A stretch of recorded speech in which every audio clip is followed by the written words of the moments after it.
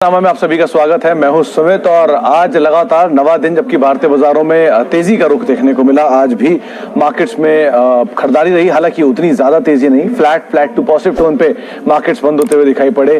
कुछ हद तक जो सपोर्ट सेकंड हाफ में फार्म अप तक दे रहा था वो फिजल आउट हुआ, वो खत्म हुआ, जिसकी वजह से बाजार में ऊपरी स्तरों से बिकवाली आते हुए दिखाई पड़ी। हालांकि आज भी लगातार दूसरा दिन जबकि आईटी के अंदर तेजी का रुख बना रहा और स्पेशली मिड कैप आईटी में कई ऐसे दिग्गज शेयर थे जो कि नए ऑल टाइम हाइस पे पहुंचते हुए दिखाई पड़े।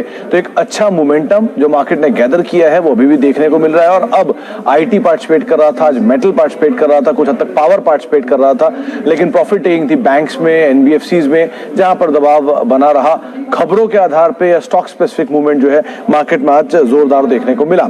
चलिए अब सवाल जवाब का सिलसिला शुरू कर लेते हैं। हमारे साथ बातचीत करने के लिए शिवम मिश्रा साहब। Are you paying excessive brokerage? If your brokerage is 0.5, 0.4, 0.3, then stop. Yes, you are paying excessive brokerages.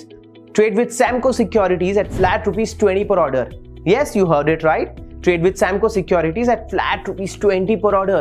You trade in 10 lot of options, 20 lot of options, or 50 lot of options. Doesn't matter. Your brokerage remains flat ₹20 per order. Click on the link to register. Account opening is absolutely free online and takes less than 5 minutes. Remember, brokerage is flat ₹20 per order. लेकर long term investment view, Mishra साहब दो तीन चीजें देखिएगा। पहले तो इनके numbers कैसे रहते हैं, क्योंकि थोड़ा प्रेशर इनके ऊपर आएगा जरूर। एक तो लॉकडाउन की वजह से भी और दूसरा रिलायंस की एक्सपेंशन की वजह से भी 2000 के नीचे आज मूव भी कर गया और ब्रोकर्स भी थोड़ा सा कंजर्वेटिव हुए हैं। वीकेंड पे नंबर है इनके, तो नंबर से पहले किस तरह के आंकड़े आते हैं नंबर्स में, या नंबर से पहले क्या कमेंट्री आती है, नंबर्स के बाद क्या कमेंट्री आती है, ये दो तीन चीजें हैं जिनके ऊपर आप ध्यान रखें और उसके बाद अपना नजरिया वैसे आप बनाएं। महंगा शेयर है वैल्यूएशन वाइज, इसमें कोई दो राय नहीं है। पहली कंपनी थी जो 100 के मल्टीपल में पहुंच गई थी और अभी भी बहुत सस्ता हुआ नहीं है। तो अगर ये आपको नीचे के दाम पे मिले और वैल्यूएशन ठीक लेवल पर आए तब आप एंटर करिएगा, लेकिन ऐसे अनाप शनाप रेट पर, ऐसे अनाप शनाप वैल्यूएशन के ऊपर आप एटलीस्ट में एंटर ना करें। मीडियम टर्म की बात अलग है, मोमेंटम प्ले होता है, लेकिन लॉन्ग टर्म के हिसाब से ये रणनीति बेटर हो सकती है।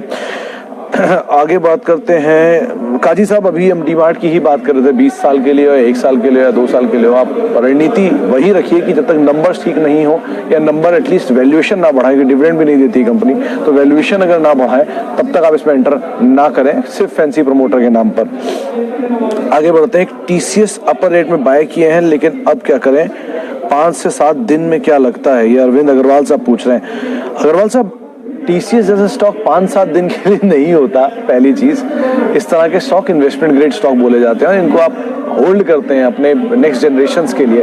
आप खुद ही अंदाजा लगाइए, अगर आपने आईपीओ में टीसीएस लिया होता तो 22 गुना 16 साल में शेयर चला है। और ऐसा नहीं कि इसने कभी निराश किया हो, बहुत स्टीप फॉल तो उसके बाद बहुत स्ट्रॉन्ग पुल बैक भी आया है। तो ऐसी कंपनी को तो आप लेकर रखिए, आप लंबी अवधि के लिए, बच्चों को देने के लिए। ट्रेडिंग करके आप 200-400 रुपए कमा भी लेंगे तो बहुत बड़ा कोई अंतर नहीं आ जाने वाला, लेकिन फिर भी बेटर ये है कि ये मोमेंटम बेस प्ले मत करिए, इसको आप होल्ड करिए लॉन्ग टर्म के लिए। इसके अलावा एक सवाल ग्रैन्यूल्स पे निहारिका जी का है। निहारिका जी, ग्रैन्यूल्स कंपनी अच्छी है, नंबर्स भी ठीक ठाक आने की बातचीत है। 160 करोड़ रुपए के आसपास के मुनाफे का अनुमान मार्केट में लग रहा है। 130 करोड़ का ब्रोकर्स एस्टिमेट लगा रहे हैं। मोतीलाल ओसवाल 130 करोड़ रुपए के आसपास का एस्टिमेट मान रहा है। तो नंबर अच्छे आने का अनुमान है और नंबर्स के ग्राउंड पे एटलीस्ट आप बने रह सकते हैं, इसमें कोई दिक्कत नहीं है। और लॉन्ग टर्म के लिहाज से भी कंपनी अच्छी है, आप बनी रह सकती हैं। निचले स्तरों पर आप फर्दर ऐड भी कर सकती हैं, कोई इशू नहीं है इसमें। आगे बात करते हैं मजगांव में कैन वी बुक प्रॉफिट। दीपक दागे साहब, पार्शियल प्रॉफिट एटलीस्ट आप बुक कर लीजिए। ये नहीं कहूंगा कि पूरा कर लीजिए, कि कुछ खबरें ऐसी भी आ रही हैं कि आरके दमानी या किसी बड़े निवेशक ने शायद इसके अंदर स्टेक उठाया है। अब वो खबर कब तक कंफर्म होती है नहीं होती है, कहना मुश्किल है, सिर्फ बज़ अभी है। लेकिन आपको प्रॉफिट है और प्रॉफिट हमेशा बुक्स पे दिखे उससे अच्छा अकाउंट में दिखे, वो ज्यादा बेहतर है। तो आप अकाउंट में ले लीजिए थोड़ा सा प्रॉफिट, पार्शियल प्रॉफिट बुक कर लीजिए, पार्शियल के साथ आप बने रहे, वो आपकी कॉल है, लेकिन एटलीस्ट कुछ पैसा लेकर आप निकल सकते हैं यहाँ से। आगे बात करते हैं। एक सवाल आया है IDFC first bank long term के लिए। स्वप्निल साहब, अक्सर ये थ्योरी सुनने को मिली है कि अगला एचडीएफसी बैंक बनेगा। ये तो कहना भी बहुत मुश्किल है, क्योंकि ग्रोथ उस हिसाब से होनी चाहिए। हाँ, मैनेजमेंट अच्छा है, इसमें कोई दो राय नहीं है, इसके पीछे इतना बड़ा नाम आ चुका है, लेकिन फिर भी नंबर्स इंप्रूव हुए लास्ट क्वार्टर में, इस क्वार्टर में और देखना होगा आपको। होल्ड कर सकते हैं मीडियम टू लॉन्ग टर्म, लेकिन बहुत बड़ी पोजीशन नहीं रखिएगा, ये सोचिए कि इसमें मल्टी बैगर जैसी सिचुएशन आते हुए दिखाई पड़ेगी। बैंक्स में HDFC इज द बेस्ट, पहली बात है। ICICI, एक्सिस, कोटक, इनको भी आप प्रेफर्ड चॉइस कर सकते हैं, लेकिन IDFC फर्स्ट मल्टी बैगर के फॉर्म में एटलीस्ट मान के चलिए। हाँ, वैसे होल्ड करने लायक बैंक है, ऐसा नहीं है कि इसमें बहुत बुरी सिचुएशन है। एटलीस्ट बहुत सारे इस भाव के बैंक से तो ये बेटर ही है, तो आप एटलीस्ट होल्ड कर सकते हैं, लेकिन बहुत दूर और बहुत लंबी अवधि के हिसाब से मत सोचिएगा। हीरो मोटोकॉर्प फ्यूचर, अब आपने विराग साहब फ्यूचर में शेयर ले रखा है तो बात अलग है, और अगर आप फ्यूचर के लिए पूछ रहे हैं लंबी अवधि के लिए तो बात अलग है। हीरो मोटोकॉर्प देश की सबसे बड़ी कंपनी ऑटोमोबाइल में, 2 व्हीलर्स में, तो उसका तो कोई अनमैच ही नहीं है। दूसरा, strong promoter, rich promoter, cash rich promoters, debt situation ऐसी खराब नहीं है, कैश फ्लो स्ट्रांगली जनरेट करती है, तो नंबर वाइज कोई खास में प्रॉब्लम नहीं है। लंबी अवधि के लिए भी आप रह सकते हैं इसके अंदर, और अगर आपने फ्यूचर में लॉन्ग कर रखा तो प्रॉफिट होगा, शॉर्ट किया तो आपकी पिछले 4 सेशन में हवा बहुत ज्यादा लॉस बढ़ गया होगा, तो आप उस हिसाब से इसकी रणनीति बना सकते हैं। अच्छा, विजय वाघेला साहब का रोज की तरह एक और सवाल आया है ITC को लेकर। वाघेला साहब, ये अगर आप कार्यक्रम देखेंगे तो आपको रोज में ITC पे एक सवाल मिलेगा ही मिलेगा। खैर, आज ITC में के चेयरमैन हमारे जो सहयोगी चैनल है TV18 उसके ऊपर आए थे, उन्होंने कंपनी की एक्सपेंशन प्लान को लेकर बातचीत भी की, और उन्होंने एक बात साफ भी कर दी कि वो खुद मानते हैं ये बात, कंपनी की वैल्यू जो है वो अंडर वैल्यूड है। ठीक है, कंपनी सही में अंडर वैल्यूड है और बहुत सारी चीजें हैं इसके अंदर, लेकिन आप एक चीज को कभी मत भूलिए कि इस कंपनी के 1775 करोड़ शेयर बाजार में है। इतनी बड़ी इक्विटी के साथ चलना बहुत मुश्किल होता है किसी भी शेयर के लिए, तो थोड़ा समय लेगा वो शेयर को चलाने में। जाहिर सी बात है कि बड़ी भीड़ को लेकर चलना और छोटी भीड़ को लेकर चलने में हमेशा अंतर होता है, तो बड़ी भीड़ को लेकर चलना थोड़ा समय ले सकता है, लेकिन चलेगा तो बहुत धीरे धीरे चलेगा। उतना पेशेंस आप में है तो आप बने रहिए, वरना आप निकल सकते हैं, ऐसी कोई दिक्कत नहीं है। HDFC life for long term, Harish साहब, बिल्कुल खरीदारी की जा सकती है, अच्छे दाम पर शेयर मिल भी रहा है, वैसे थोड़ा महंगा हो भी चुका था तो अब ईज आउट हो रहा है हायर लेवल से टूटने के बाद। अगर आपको मिल रहा है नीचे के दाम पे आप जरूर लीजिए, एक्यूमुलेट करिए, कोई दिक्कत नहीं है स्टॉक में। ग्रुप अच्छा, कंपनी अच्छी, प्रोडक्ट अच्छा, आप बने रह सकते हैं, नई खरीदारी भी कर सकते हैं। अच्छा जी, पिरामल एंटरप्राइजेस क्यों नहीं चल रहा है, राजेश बग्गा साहब पूछ रहे हैं। बग्गा साहब, कुछ ब्रोकर्स में मेरी आज बात हो रही थी, उनका ये पक्ष था कि पिरामल एंटरप्राइज को लोअर लेवल पे एक्यूमुलेट किया जा सकता है, एक्यूमुलेट एज इन कि आप भरते रहिए इसको नीचे के लेवल पर, ये उनका पक्ष था। बहुत सारी चीजें हैं, कुछ लोग ये भी कह रहे हैं कि अपना वॉर चेस्ट तैयार कर रहे हैं जो स्टेक सेल कर रहे हैं उसके बाद, और उस वॉर चेस्ट का इस्तेमाल फर्दर करेंगे अपने एक्सपेंशन के ऊपर। दूसरी तरफ लोग कह रहे हैं कि NBFC में अब रिकवरी आ रही है, क्योंकि रियल एस्टेट में रिकवरी आ रही है, तो शायद उसकी वजह से चलते हुए दिखाई पड़े। अभी आप एटलीस्ट पेशेंस मत खोइए, आप होल्ड कर सकते हैं कुछ समय के लिए, मीडियम टर्म के लिए, लॉन्ग टर्म के लिए अवॉइड करिए, लेकिन आप मीडियम टर्म के लिए एटलीस्ट आप होल्ड कर सकते हैं इसमें। अच्छा, उसके अलावा इस मंथ का TCS का टारगेट, सुमित जी, इस मंथ का टारगेट तो मुझे भी नहीं पता, ये तो सिर्फ ऊपर वाला ही जानता है कि इस मंथ में TCS कहाँ जाएगा। लेकिन हाँ यार, TCS जैसी कंपनी को सुमित जी आप ट्रेड के लिए मत लीजिए, बार बार यही बात बोलता हूँ मैं। इस देश की सबसे बड़ी और दूसरी और तीसरी कंपनी, इनको तो हमेशा इन्वेस्टमेंट के लिए एटलीस्ट रखिए अपने पास। इसमें से अच्छा क्या होगा, देश की टॉप 3 कंपनीज आपको मिल रही हैं, आप वो टॉप 3 बिजनेस को तो पैसा डालोगे ना, और तीनों में ही बिजनेस इतने बढ़िया मिल रहे हैं आपको, टेलीकॉम मिल रहा है, रिटेल मिल रहा है, IT मिल रहा है दूसरी कंपनी में, और बैंक मिल रहा है तीसरी कंपनी में, तो आपको और क्या चाहिए, सारे सेक्टर का कवर ही होगा ऑलमोस्ट। तो इन 3 को तो आप एटलीस्ट इन्वेस्टमेंट के लिए देख सकते हैं। ट्रेडिंग करने के लिए ढेरों कंपनियां हैं, 2600 स्टॉक है NSE में, आप कहीं भी ट्रेड कर सकते हैं, तो लेकिन इस तरह की कंपनी में एटलीस्ट आप इन्वेस्ट करिए, ज्यादा बेटर है। अच्छा, और बात करने के लिए हमारे पास ITC का टारगेट 1 महीने के लिए है। सर 1 महीने के लिए ITC का कोई टारगेट नहीं होता, वो पिछले 1.5 महीने 2 महीने वही खड़ा है, थोड़ा बहुत चल भी जाएगा, लेकिन ITC बहुत आप पैसा नहीं कमा सकते ट्रेडिंग करके इसके अंदर, तो आप उस हिसाब से इसमें रणनीति बना सकते हैं। अच्छा, 2-3 सवाल एक साथ आए हैं सरकारी कंपनियों पे, गेल, IOC, सेल, तीनों पर। समर्थ साहब का सवाल है गेल IOC पे, पवन साहब का सवाल है सेल पे।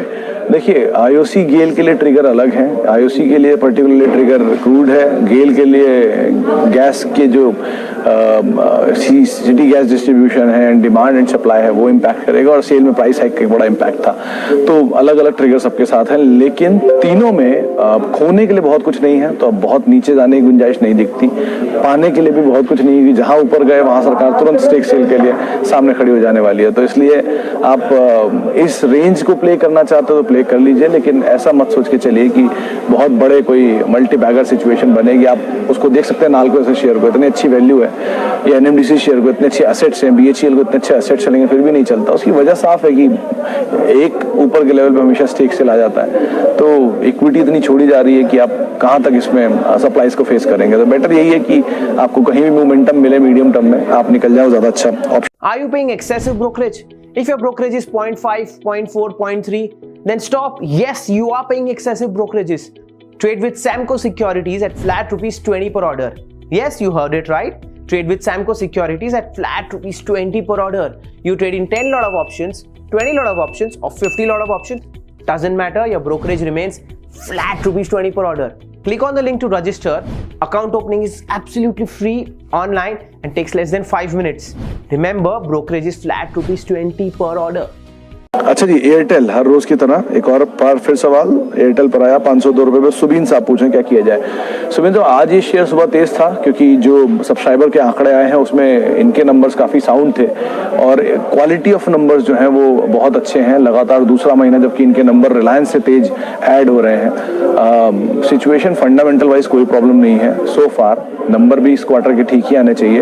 One fine day share blast करेगा और वन फाइन डे कब होगा भी कहना मुश्किल है। और वन फाइन डे जब ये ब्लास्ट करेगा तब ये सबके जितनी शॉर्ट्स है ना सबको कवर कर देगा एक ही दिन में। तो उस हिसाब से आप इसमें सोचें, ऐसा पैनिक में ना आए। कंपनी अच्छी है, लोअर लेवल पे आप ऐड भी कर सकते हैं। सुबह इनफैक्ट संजीव भसीन साहब भी कह थे कि आप लोअर लेवल पे इसको ऐड करिए, वो ज्यादा बेटर ऑप्शन रहेगा। अच्छा, अब एक दो सवाल और लेते हैं, समय का थोड़ा सा अभाव भी चल रहा है। वोडाफोन आइडिया 15 का टारगेट कब तक अचीव कर सकता है sir? Sumit ji, bye God आपके तीनों के तीनों स्टॉक जो है ना वो छोटी अवधि के लिए हैं और उसमें बहुत ही इंटरेस्टिंग आउटलुक दिख रहा है आपका। एनीवेज, वोडाफोन के लिए ये 15 रुपए का टारगेट तब तक मेरे हिसाब से अचीव नहीं कर सकता तो उसके नंबर सही नहीं होंगे। अब मीडियम टर्म में घूम सकता है, शेयर चल सकता है, मोमेंटम पे हो सकता है, डबल भी हो सकता है, सब हो सकता है, लेकिन नंबर सपोर्ट नहीं करेंगे तो वो चीज़ को सस्टेन नहीं कर पाएगा। आप जो भी मोमेंटम को प्ले करना चाहते हैं कर लीजिए, लेकिन फिर वही बात कि आप रिस्क एपेटाइट आपका शायद थोड़ा ज़्यादा है, इसीलिए आप इस तरह की चीज़ें कर रहे हैं। रिस्क एपेटाइट को कम करिए और इन्वेस्ट करिए। अच्छा पैसा बनता है स्टॉक मार्केट में, अच्छा बनता है। ये छोटे मोटे ट्रेड्स में 400-500 रुपए के हिसाब से मत सोचिए, ये मोमेंटम बेस पे बहुत दिन तक नहीं चलता है। इसीलिए आप वोडाफोन में नंबर्स के देखने के बजाय भारतीय अच्छे दाम पर है आप उसको देख सकते हैं, वो ज़्यादा अच्छा विकल्प रहेगा टेलीकॉम स्पेस में। और सवाल ले लेते हैं। औरबिंदो फार्मा, सिप्ला दोनों आज तेज थे, सेकंड हाफ में टूटे हैं, तो शायद अगर आपने इंट्राडे में पोजीशन ली है तो कहना मुश्किल है। लेकिन तरनजीत साहब, आप थोड़ा सा समय देंगे तो औरबिंदो फार्मा सबसे सस्ता शेयर है इस समय फार्मास्यूटिकल स्पेस में बड़ी कंपनियों में भी, तो आप इसको बने रह सकते हैं। और दूसरा नाम भी क्योंकि आपका इतना बुरा नहीं है फार्मास्यूटिकल स्पेस में सिप्ला, तो आप दोनों में बने रहिए, कोई दिक्कत नहीं है। थोड़ा समय दीजिए, अच्छा पैसा बन सकता है। यूनाइटेड स्पिरिट्स 20 साल के लिए क्या किया जाए, ये सवाल है राजेश जी का। राजेश जी, दुनिया की सबसे बड़ी लिकर कंपनी की सब्सिडरी है इंडिया में। एज सच तो कंपनी के प्रोडक्ट में बुराई नहीं है, 75% मार्केट शेयर होल्ड करते हैं ये प्रीमियम सेगमेंट में, और इंडिया के भी जितनी प्रोमिनेंट एरियाज हैं वहाँ पे इनका बड़ा मार्केट शेयर होल्ड होता है। तो अभी थोड़ा रेस्टोरेंट्स बंद थे, इस वजह से प्रेशर में रहा ये स्टॉक, लेकिन 508 से अच्छा चला और 536 में आ भी गया, तो ऐसी कोई दिक्कत नहीं है। ठीक कंपनी है, थोड़ा सिचुएशन और बेटर करेगी अपने नंबर्स में तो और साइड सिचुएशन बेटर होती हुई दिखाई पड़ेगी। नंबर्स पर नजर रखिए और बने रहिए, ऐसी कोई दिक्कत नहीं है इसमें। अच्छा, डेल्टा कॉप पे क्या किया जाए, सुजस चौधरी साहब पूछ रहे हैं। सुजस जी, डेल्टा कॉप में कंपनी ठीक है, बायबैक भी हुआ था, कैश रिच है, डेट नहीं है। थोड़ा बिजनेस में प्रेशर है बिकॉज ऑब्वियसली बात है लॉकडाउन हुआ और एरियाज में ऑपरेट नहीं कर पा रहे हैं, साथ साथ बाकी भी इश्यूज रहे हैं, डिमांड आ भी रही है वापस लेकिन इतनी तेज नहीं आ रही है, तो इन सब चीज़ों की वजह से थोड़ा प्रेशर है। नियर टर्म प्रेशर रह सकता है, लेकिन हाँ आप अगर थोड़ा समय देंगे तो ठीक ठाक कंपनी है, बहुत बड़े नहीं लेकिन हाँ एटलीस्ट अच्छा पैसा यहाँ पर भी बन सकता है। लंबी अवधि के लिए, बहुत लंबी अवधि के लिए मत सोचिएगा, मीडियम टू लॉन्ग टर्म के हिसाब से आप सोच सकते हैं। आखिरी सवाल ले लेते हैं, एक सवाल है IRCTC के ऊपर, रमन पाल साहब का। पाल साहब, IRCTC स्टॉक चला बहुत है, चलने के बाद अब थोड़ा ब्रीदर ले रहा है। 2-3 बड़े ट्रिगर हैं, एक तो तेजस के रेवेन्यू, तेजस की बिडिंग किस तरह की रहती है, लेकिन इन सब के साथ साथ सबसे बड़ी चीज़ ये है कि ऊपर के लेवल पर गवर्नमेंट का स्टेक सेल ना आए। अगर स्टेक सेल आ गया तो फिर ये ओवरहैंग दोबारा बाकी सरकारी कंपनियों की तरफ पे भी आता हुआ दिखाई पड़ेगा। तो आप उस हिसाब से इसमें रणनीति बनाएं और अगर आपको प्रॉफिट है तो पार्शियल बुक करके आप निकल भी सकते हैं, वो ज़्यादा बेटर रहेगा। चले, इन्हीं सवालों को हम शामिल कर पाएंगे। बहुत बहुत माफ़ी उनसे जिनके सवाल हम नहीं ले पाए, क्योंकि बहुत सारे सवाल आ रहे हैं, तो हम उनके लिए माफ़ी चाहेंगे। जिनसे हमने बातचीत की उनका बहुत बहुत शुक्रिया हमसे सवाल पूछने के लिए। आप मेरे साथ जुड़ सकते हैं @sumitresearch, ये मेरा ट्विटर हैंडल है।